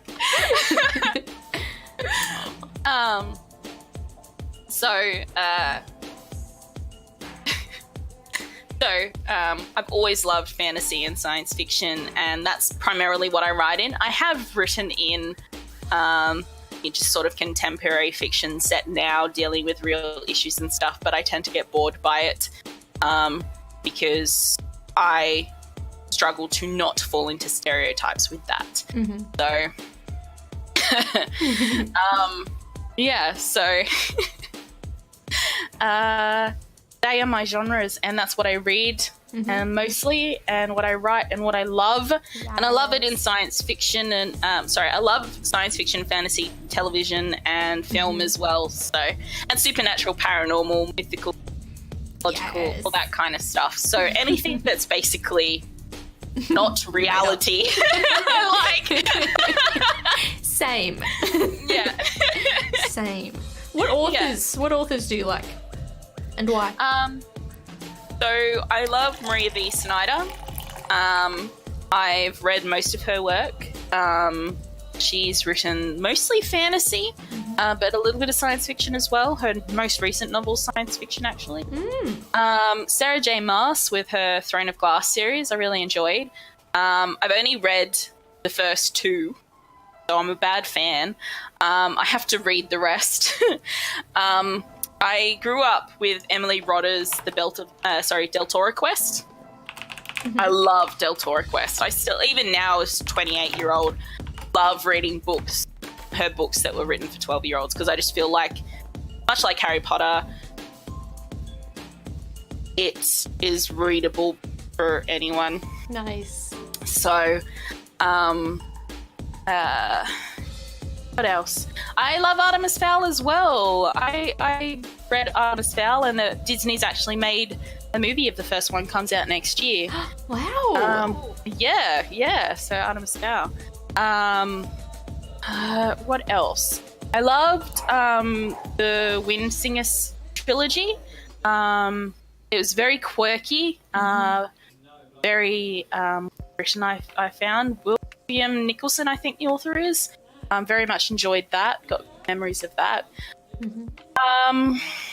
What else? I'm just like looking around my room now. Where are all the books? Yeah. Scott Westerfeld. I enjoy his fiction. Yes. Robin Wasserman. I enjoy her fiction as well. Stephanie Salter. Enjoy her fiction. I enjoyed the Hunger Games trilogy. I haven't read it for several years now, so it'll be interesting to go back and reread something that I read when I was 19, 19-ish. So I never read Discworld Death. I've read a couple of Terry Pratchett novels, but my parents didn't read Terry Pratchett, so I didn't find out about him until later. But I never read most of them. I know them. I've read a couple. Regiment. What? I think Monstrous Regiment. I've read that novel. I thoroughly enjoyed that novel. King Killer Chronicles. I've read.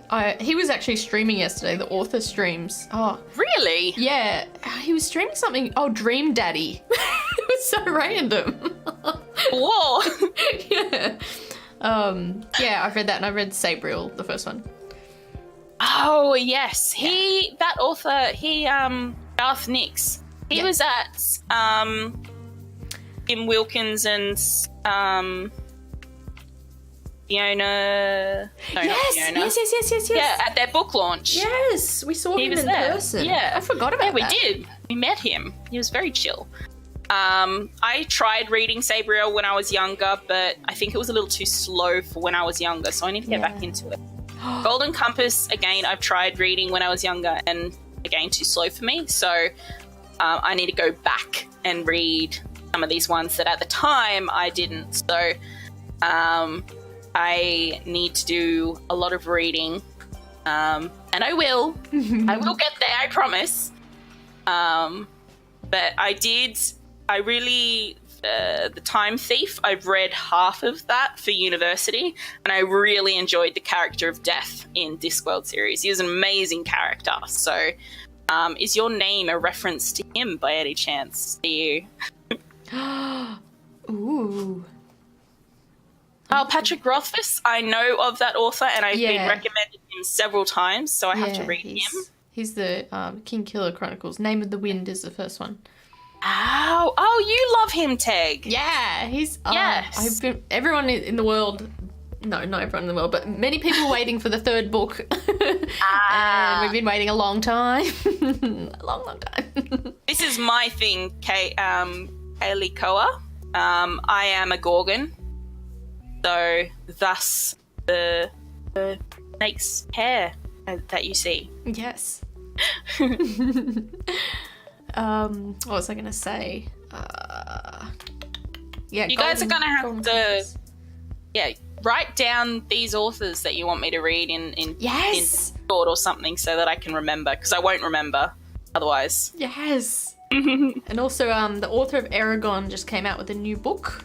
I think it's the next one. I think it's like a year or 10 years or something after the events of the last book. You read Aragon, didn't you? Yes, I slogged it through to the end. And now he's not even finished, so... You're going to have to keep going. Aragon, I could not get into. I think I read the first, 3 pages and just went, what the fuck, this is Lord of the Rings. So, I did not read Aragon because I was just like, nah, I'm sorry.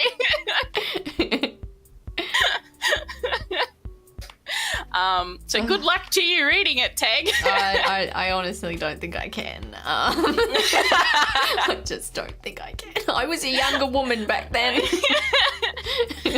Oh, the movie was so bad. The beginning was okay. Because I didn't read the book, I actually enjoyed the movie of Aragon, because when I started reading the book, I was just like, this is Lord of the Rings. And then the movie made me think differently. I was like, hey, it's not quite Lord of the Rings. I like this. Oh, balance. Yeah. Alright. What's the best book that you've read recently or in the last couple of years that comes to mind? I just finished reading a book called The Whisper by what's her name? Lynette Loney, I think her name is Lonnie. Lynette Loney. She's an Australian author. And the book is science fiction. Very X-Men-ish. I'm in. Yeah, so the character who goes by Jane Doe for the majority of the book. I won't spoil her real name because you don't find that out until the end. She begins the novel in a prison of sorts. And refuses to speak, which is why she is called Jane Doe. Ooh. And so there is a mystery surrounding her, and they really want her to speak, but you don't know why. So, but yeah, very Xavier's School for the Gifted towards the end. So if you like that kind of paranormal / science fiction kind of thing, I would recommend checking it out. It is young adult fiction. So she's 17, 18, I think. But yeah, I quite enjoyed it. Decent. So yeah, that's what I just read recently. Wonderful. I will be checking that out. What would you tell your younger writing self? Any advice for her? Keep that imagination alive and don't doubt it. Yes. Don't doubt it. Don't get caught up with getting words right or getting the spelling right or the sentences. Don't just keep writing. Don't stop and reread what you've written and think it's crap. Yeah. Don't just keep writing. Get that first draft done without reading over it. Ooh, don't let your inner wow. perfectionist get a chance to grow, because editing comes later. Not during the writing process. That is what I would say to my younger self. Yes. Ooh, I think we could all say that to our younger selves. Maybe ourselves now. Yeah. Definitely now. Yeah, huh? Do you think a big ego helps or hurts a writer? I'm asking for a friend. Okay. I don't know, because ego is different from confidence. Yeah. Confidence never hurts. Knowing where your abilities lie and being confident with your abilities is a good thing. And being confident that your writing is at a place that you think is good, then that's good. But having an ego, I always find unappealing, because I find egotism a bit dismissive of other people. Yeah. And that never sits well with me. So having confidence and being confident in yourself and your abilities and talent is great. Good, go for it. Being egotistical, you stop learning because you think you're the best and you've got nothing else to learn, basically. So I think an ego can be damaging, but confidence, no. So to me, they're quite different. Good answer. Yeah. What advice do you have to any aspiring writers? Don't start editing until the whole thing's done. Yeah. Keep writing. Don't go back over and reread what you've written. It's okay if you're looking for a plot point or you're like, oh, what happened here because I need to carry on this plot thread. That's okay if it's general structuring plot stuff. That's fine. But don't go over with the intent to edit or to ask yourself, is this good? Because the sentence level editing does not happen until a whole piece of writing is finished. That is what I would give, because that has been my biggest hangnail, so to speak, my biggest problem, because it actually stops you making progress. Yeah. And you become in a stalemate. So let your imagination run free. Draw on things you know, draw on experience, draw on research, draw on your imagination. Use every resource at your disposal. Don't get stuck with thinking, I can only use experience. If you want to use something that you haven't experienced, research it. Get involved in that research. Enjoy the research. That's part of writing. That's part of being creative and imaginative. And don't start the editing until you're done. Oof. She's done it. She's done it. I really like that. Thank you for Jesus. 666 for the raid. Welcome in. Welcome in. Welcome. Good timing. We had a little pause there. We are doing a wonderful interview with Mythanta, the Gorgon, the mythical Mithras, our favourite wonderful mythical creature right here. Hello. So, now's time for audience questions. I've been noting down questions that you've been asking at Myth in chat. We had one from Tomlin earlier. Is it wrong to eat sandwiches while at church? No. No? Yes. No, God wouldn't want you starving. Yes. Good answer. How did they let you into New Zealand with all those snakes? I had them under a hat, so they didn't sting. Very clever. Very clever. Yeah. They check for food, not for snakes. That's not a fact. Don't actually try it. Even if they're attached to your head? Yeah. Right. Well, yeah. Just pass it off as hair. That's what I do. You're doing well. You're doing well. Is your favourite colour purple? Yes, but I have actually equal favourite colours, and the other one is green. So I tried switching my Twitch username to green because there are a lot of people that use purple as their colour for Twitch. Yeah. Not many greens. And everyone rioted on me and forced me back to purple. Yeah. Yeah, I tried switching to blue. I was like, we're having blue now. Everything's blue. And it just looked so wrong. You'll have to eat the sandwiches before you get to NZ, Tomlin. Sorry. Yeah. All right. So we had Raywin earlier when we were discussing girl gamers. The fabled.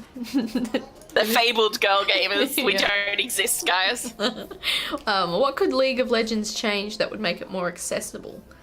Now, neither of us play League of Legends, but Yeah. as an example, it's notoriously toxic. Take away chat function to begin with, and make communication basic commands that you could select. So, you have like a communication wheel, and it can do pre-written messages like "Let's go right," "Let's go left." This is my basic knowledge of League of Legends, is that you have to attack a map in certain directions and whatnot, and work as a team, and that you have bots following you. So I'm very limited with my League knowledge. But apparently they do have a communication wheel. Okay. That's good. Well, there you go. You can just use the communication wheel, get rid of chat until people learn how to be decent human beings. But it also begins at the top. The people that organise the esports, League of Legends and everything have a shit ton of excuses for why there are no women in the esports league. Those excuses died about 50 years ago, so update your current league.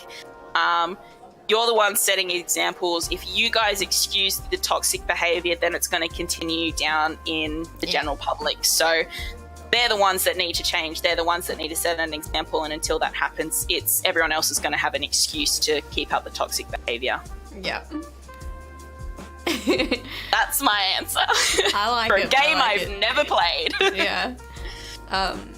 Yeah, similarly, Heroes of the Storm, we can only chat to your own team.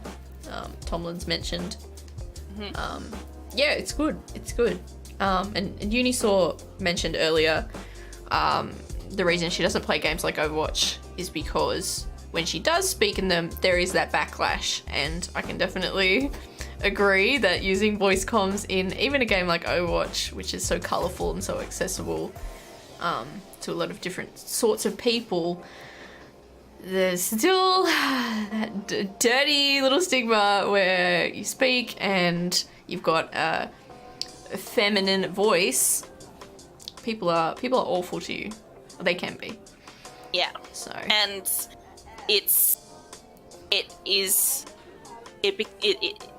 the problem with it is that they demand the female players moderate or modify, I should say, their behaviour to appeal to the sexism, and that is so problematic because we're not actually the ones doing anything wrong. We're here to play a goddamn game, and you guys are carrying on like rats. So it's very frustrating that a team-based game, these team-based games seem to be the ones with the most toxicity than single-player games. Even like multiplayer, but single multiplayers would probably have less toxicity than these team-based games. So it's very frustrating that the very premise of these games, that you work as a team, is broken by the very fact that you are supposed to be this, and it just doesn't, and people don't want to work that way. So it's me, a lot of those issues aren't something that developers or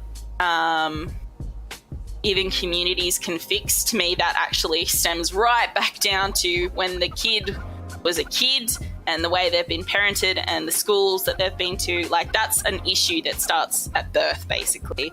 And then what we face in these kind of communities is that's the kind of adult that they've become. Mm-hmm. So you're seeing their true behaviour. So it's a problem that is to an extent beyond the developer's ability to fix. Mm-hmm. So it's a massive issue that has many different facets to it and going to be solved with just one solution. It's got to have a multi-faceted approach to tackle it. So, yay! I think I noticed in Overwatch with the endorsements, I feel like that did make a big difference. I think it did at first, yeah. Yeah, maybe not so much now, yeah. Yeah. What I would like, because as a woman, I don't know what it's like for guys, but I'm pretty sure it's the same, is that, yes, there's toxicity between the rival teams, but there's even toxicity in your own team. Yeah. And I know that there's a void teammate, yeah. Yeah, a void is teammate, but okay, so they're not in my team, but I can still verse them and they can still be toxic to me in the other team. Yeah. So there should just be a void player option, in my opinion. And I think there should be permanency to it. This 1 week is a bit frustrating, but then I suppose you could end up avoiding most of the player base. So Only for 1 week. Yeah, Get 1 week of peace. Yeah, 1 week of peace. So it is tricky because so much of the toxicity comes down to, you know, you're letting the team down or you're not playing this character good enough or anything. It's like, well, maybe I'm just having a shit day, or, you know, maybe if you weren't yelling at me to play better or to swap characters, I wouldn't be performing so bad. So that's what I've never understood about competitive team-based games on the internet. Why are you attacking your team instead of the other team? I've just never understood. Yeah. Like, the whole premise is to defeat the other team and you're fighting from within. Like, I thought, you know, movies and TV shows taught us this with, like, you know, character tropes. Like, you have the hero and the sidekick, sidekick's usually cynical and maybe they clash and get into arguments, but when they work together, they succeed. Yeah. I just thought it's just knowledge that everyone had. Yeah, exactly. It's very, very frustrating. And that's why, to me, it's like it goes beyond what the developers can do, because just people on the internet get unashamedly vocal and act in ways that they may not otherwise act in real life. But if you're not afraid to act that way on the internet, you're still dealing with people, then what kind of person are you really in real life? It makes me question anyway. Yeah. So to me, it's a great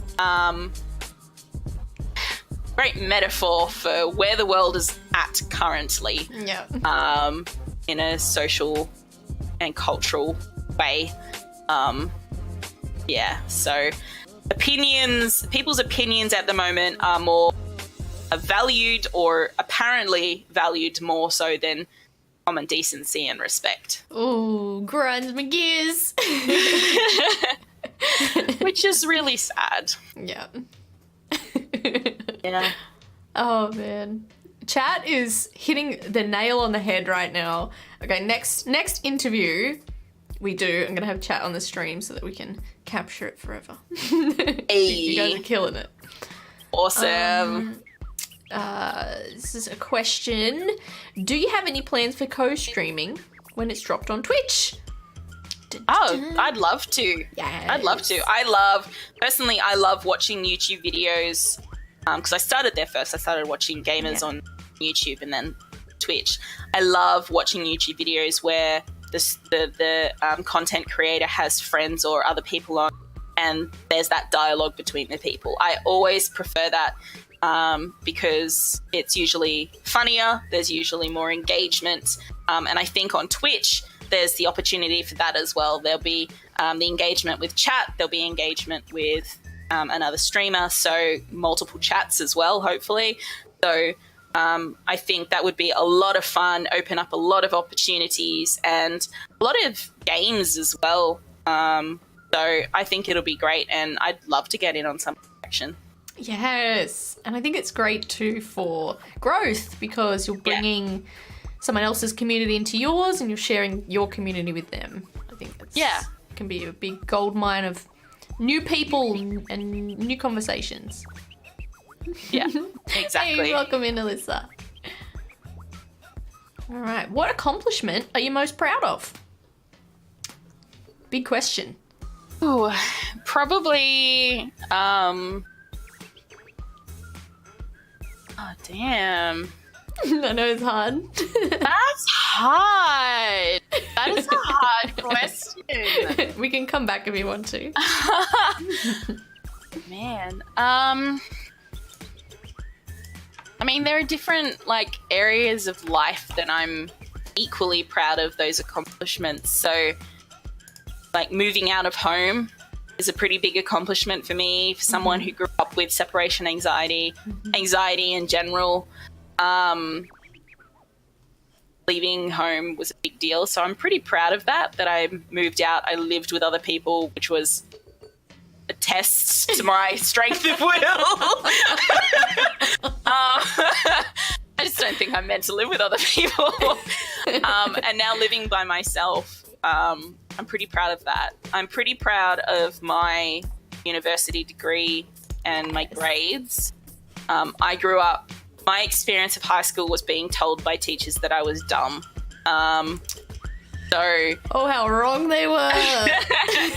So getting to university and doing well at that, to me, was a triumph, because it was like, oh, so these teachers in high school were wrong. Yeah. Okay, high school definitely isn't the be-all and end-all. That it's cracked up to be as the high school teachers want you to think. So doing well at uni and doing what I did in honours, I'm quite proud of that accomplishment. I'm quite proud of where I've got with my self-worth these days compared to what it used to be. I'm a lot more kind to myself, and I'm a lot more open to taking pride in myself as a person. So, yeah, those are probably the three things that I'm most proud of. Yay! I am so proud to be your friend, to have seen you grow and to see how you've grown and the ways that you have. I agree with everything you said. Aww, thank you, lovely. And you? Yes. Have you ever been to Hawaii? I have not. Me either. We should go. We should. I like that plan. Let's go. Let's go. Let's go. We'll stream from Hawaii. Oh, that'd be so cool. I went, oh, thank you, Pylons. Yeah. Oh. Layla's doing really well. She's very happy. She's very happy. A bit tired, but she's doing all right. This is a question for both of us from Smecky Doo. How do you deal with unwanted male thirst in multiplayer online games? A lot of laughter. Yeah.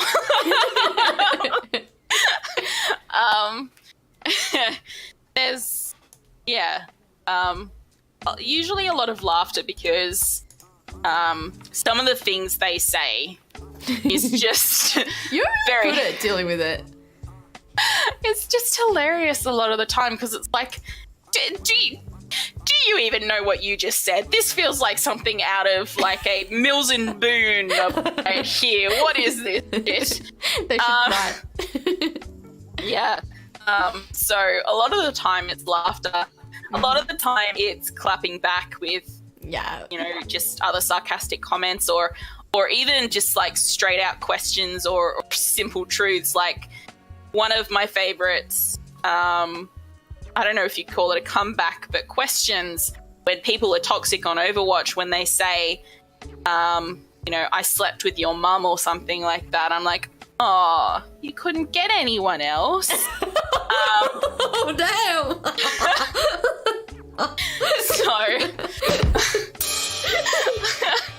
So it's we need miles in chat.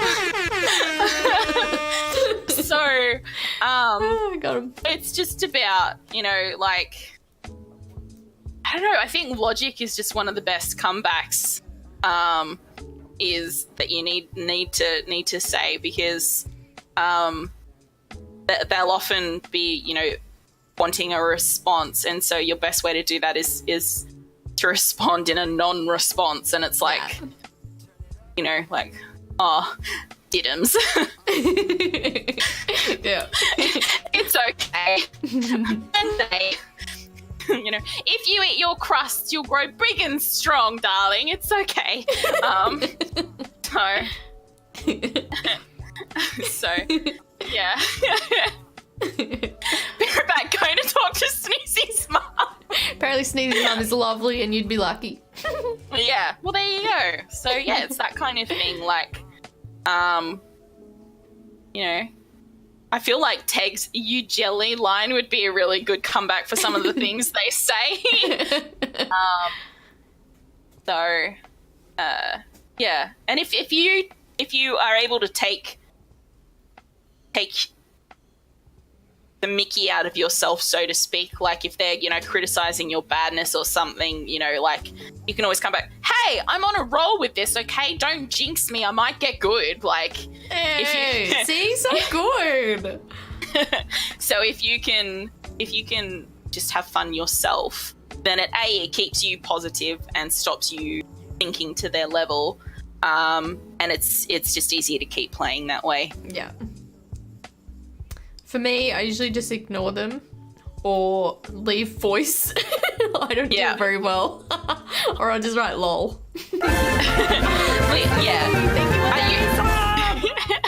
What's usually this? Two of my faves talking to each other. I'm usually and not in being voice. awesome. It's usually in text chat Sweetness. that I'll respond to people like that. Like one time when I was in voice, I was May. I joined a game when it was towards the end, and I got my ult really quick. So I ulted on the payload. It was on Hollywood to try and keep people off, and no one was there.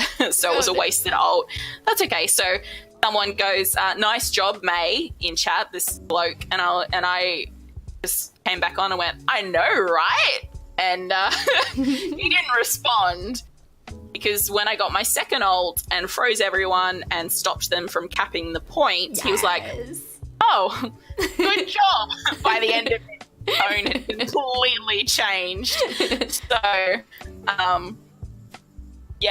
I find just not giving them the satisfaction by being silly in return is the best way to do it. Nice. If you deign to respond to them at all, sometimes it's really not worth it. It's like, oh my gosh, this is too much effort to actually respond to you. Yeah. So nice little question here. How's your day? Oh, my day is good. It started with a rude awakening, but I got a phone call. I got a series of phone calls, and I was just like, what is this? And it was work related, but it's all okay. And now it's going really, really good, because I'm getting to sit here and chat with my best friend and talk to awesome people in chat about awesome things. So it's going well. Thank you for asking. Awesome. Oh, Sneezy's just lurked, but he asks, why is Zelda the most overrated game of all time? I don't know, Sneezy, because it's not. Done.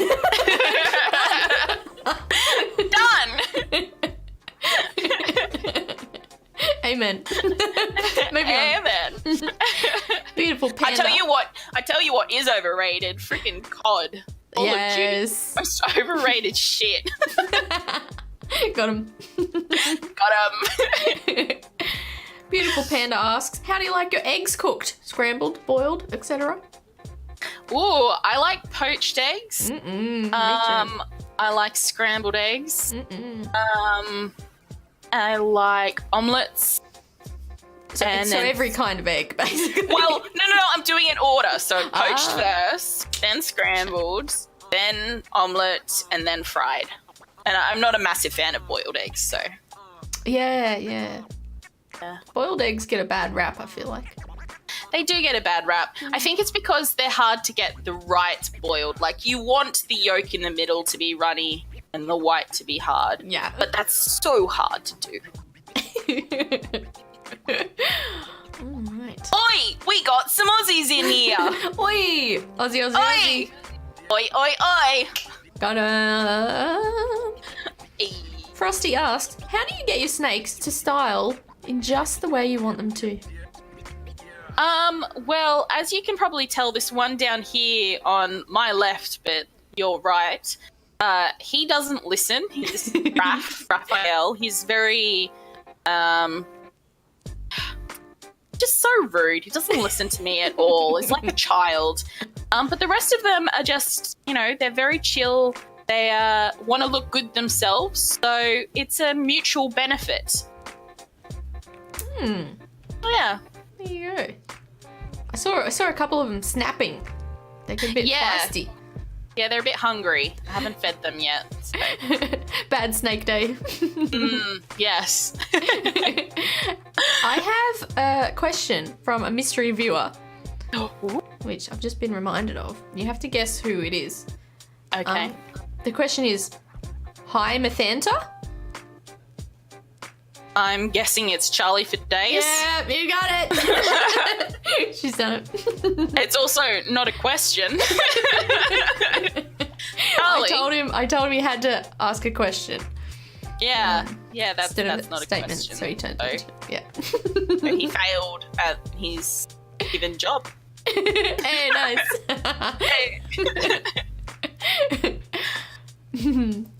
Adam asks, do you wear contacts? No, I don't. I do wear glasses though. Oh, no glasses today? No glasses today because I'm short-sighted, so I can see things close well and fine. So the computer screen I can see, but I can't see things in the distance. So I need my glasses. Oh, nice. Yes. Do you read manga or watch anime? I watch anime. I try reading manga, but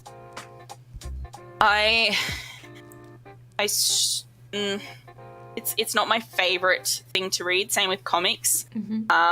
Because it is a visual medium, they tend to have to be over the top. But because it's got the written words with it, I just find it too much like, oh, this is so hammy. So I prefer watching the anime or animations rather than reading them. What's your favorite anime if you have one? Favorite anime is Full Metal Panic. Ooh, I remember the days. Yeah. That's probably my favorite. I love Studio Ghibli films. So Yes. in terms of films, Spirited Away is my favorite. And then Howl's Moving Castle after that. So Ooh, so good. yeah. So good. Raywin asks, if your snakes eat, where do they poop? Well, you see, like, I have little intestines. Their intestines are like blood vessels, basically, and so it goes down and then connects with my intestine, and it's all normal. So, yeah. That should have been obvious. Yeah. So, no pooping out my nose or anything. You don't need to worry. Not on camera, please. Yeah, exactly. It wouldn't be very appealing. Science. Exactly, TV. What's your favourite SNES game, if you have one? I've never played a SNES game before, so I can't answer that. But it'd probably be a Zelda. Yes. Worst sneezes ever, exactly. Oh, Jesus. And yes, a brain fart, exactly. It's literally one of them farting on my brain. Oh, my goodness. Favourite ice cream flavour? Cookies and cream. Yeah, my go-to. We have another mystery viewer question. Ooh. When are you going to watch Another with me? Another? Is that a show or as in another with something else? I think it was posted during the anime discussion. Oh, that's Wish Alyssa. I'm not going to, listener. If you choose a non-horror anime, I will sit with you.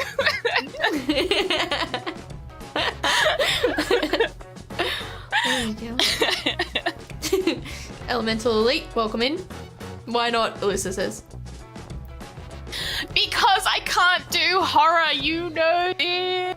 Particularly if that's the one with the umbrella scene. My friends told me all about that scene and it traumatized her so much she cannot use those kind of umbrellas. I don't know what you're referring to, but it sounds hectic. It is. Do we have any other questions? Any other pressing questions? Frosty says, do you have a favourite drink other than the blood of your enemies? Ooh. Favourite drink? Does water count? Yes, in my opinion. Yeah. Okay, well, there's water. And then probably tea. Yes. And then apple juice. Ah, apple juice. Yep. There you go. I hear you partake in the apple cider as well. Oh, apple cider is good. Take it easy, Death. Take care of yourself. We're here for you. No worries, Steph. You take care, all right? Lovely group hug. Lovely group hug. Ooh, what's your favourite thing about Teg? Oh ho ho. Man, do we have time for that list? It has to be one thing. Oh, one thing. What? Yeah, favourite thing. Take care, Dad. Yes, take care. I don't have just one thing. Can you think of one? Hey! You think of multiple things. It's trying to fill it into one.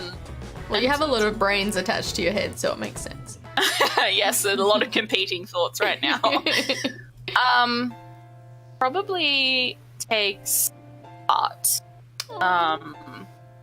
She cares so much about her family and friends. She loves them unconditionally, basically, and would do anything for them. And she has amazing empathy and passion.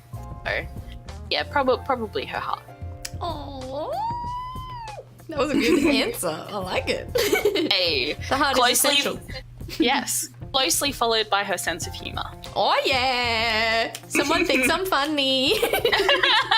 Yeah, I do. I'm a winner. Hey. Favourite dessert? Ooh, lemon meringue pie. Ooh, yum. I love my citrus tarts and pies. I have to remember that for next birthday. Oh, yes. Yeah. Yes. Ooh, I got a question. What's my favourite thing about you? Oh, god damn. Yeah, my favourite thing. I think I'm supposed to answer this. It's hard because I love your brain. I think you are maybe the most brilliant person I know. Oh my gosh. And I think you are you need to get out more. born to be a writer. So I can't wait until you can get recognition for being amazing. But then also, see, I'm cheating. I'm picking two. See? Your empathy as well. You are also one of the most caring people that I know, and you will literally drop everything for somebody in need. Like literally everything. And yeah, you've helped me through some really tough times, and I know there's a lot of people you've helped. So can I have halves? Half brain, half heart. Sure. Yes. I feel like that's cheating, but fine. That was a harsh question. I agree. Oh my gosh. Right. Elemental Elite wants to know why you want to use the shiny button on him. Because you troll, and it's a good way to troll you back. Yes. And Evie, I will eat all your lemon meringue pie, girl. You can make it. Yeah, I'm there. It's right back at you. Well, ladies and gentlemen, I think we have almost concluded this adventure into Myth's mind. GG. GG. So, Mythanta, where can we find you on social media? You can find me on twitch.tv/Mythanta. Yeah. You can find me on twitter.com/Mythanta. Instagram, Mythanta. Nice. And Snapchat, Mythanta. Easy. Same spelling across all platforms. So yes. Thank you, everyone, for your questions. I hope I wasn't too boring. You are incredible. I've had an absolute blast. Yay! I'm glad. My face hurts from smiling. Yay! See, that's the dream achieved right there. Dream achieved. Thank Thank you, all you wonderful people. You're all so lovely. Yes, thank you everyone for the questions, and you're on fire. It's great to get to know everyone else a little bit more as well through this medium. Yeah. On fire. Yeah. Yeah. Well, Tomlin thank you, says- Tag. Tomlin says, this was a really cool idea. Thanks for getting me through work. Thank you. I'm glad that we could get you through work. Yeah, And I I'm hope glad- that I hope the remainder of work is I good. hope it goes fast. Yes. Well, But thank you all. Thank you. I just want to say a big thank you to Tag Chat because this woman is amazing and you are so lucky to know her, and I hope you continue to stick by her side because she loves this so much. She loves thinking up content for you guys and entertaining you guys. She absolutely loves it. You guys motivate her so much, and I want to say hello before we go. Oh, hi. Mr. Tag's mum is here. Say hello to the stream. We have another stream guest. I'm doing an interview at the moment with Mythanta here. Oh, hi, Mythanta. The Gorgon. Hello. Isn't that some mythical Greek creature with the snakes in a head? Yes. It is. Yes. Spot on. Yes, it is. Yes, I've forgotten her name though. I wish I could remember. Everyone's saying, hi, Mr. Tag's mum. Oh, How are you? good. Can I kiss you on screen? Yes, yes. Mwah. Can I kiss you on screen?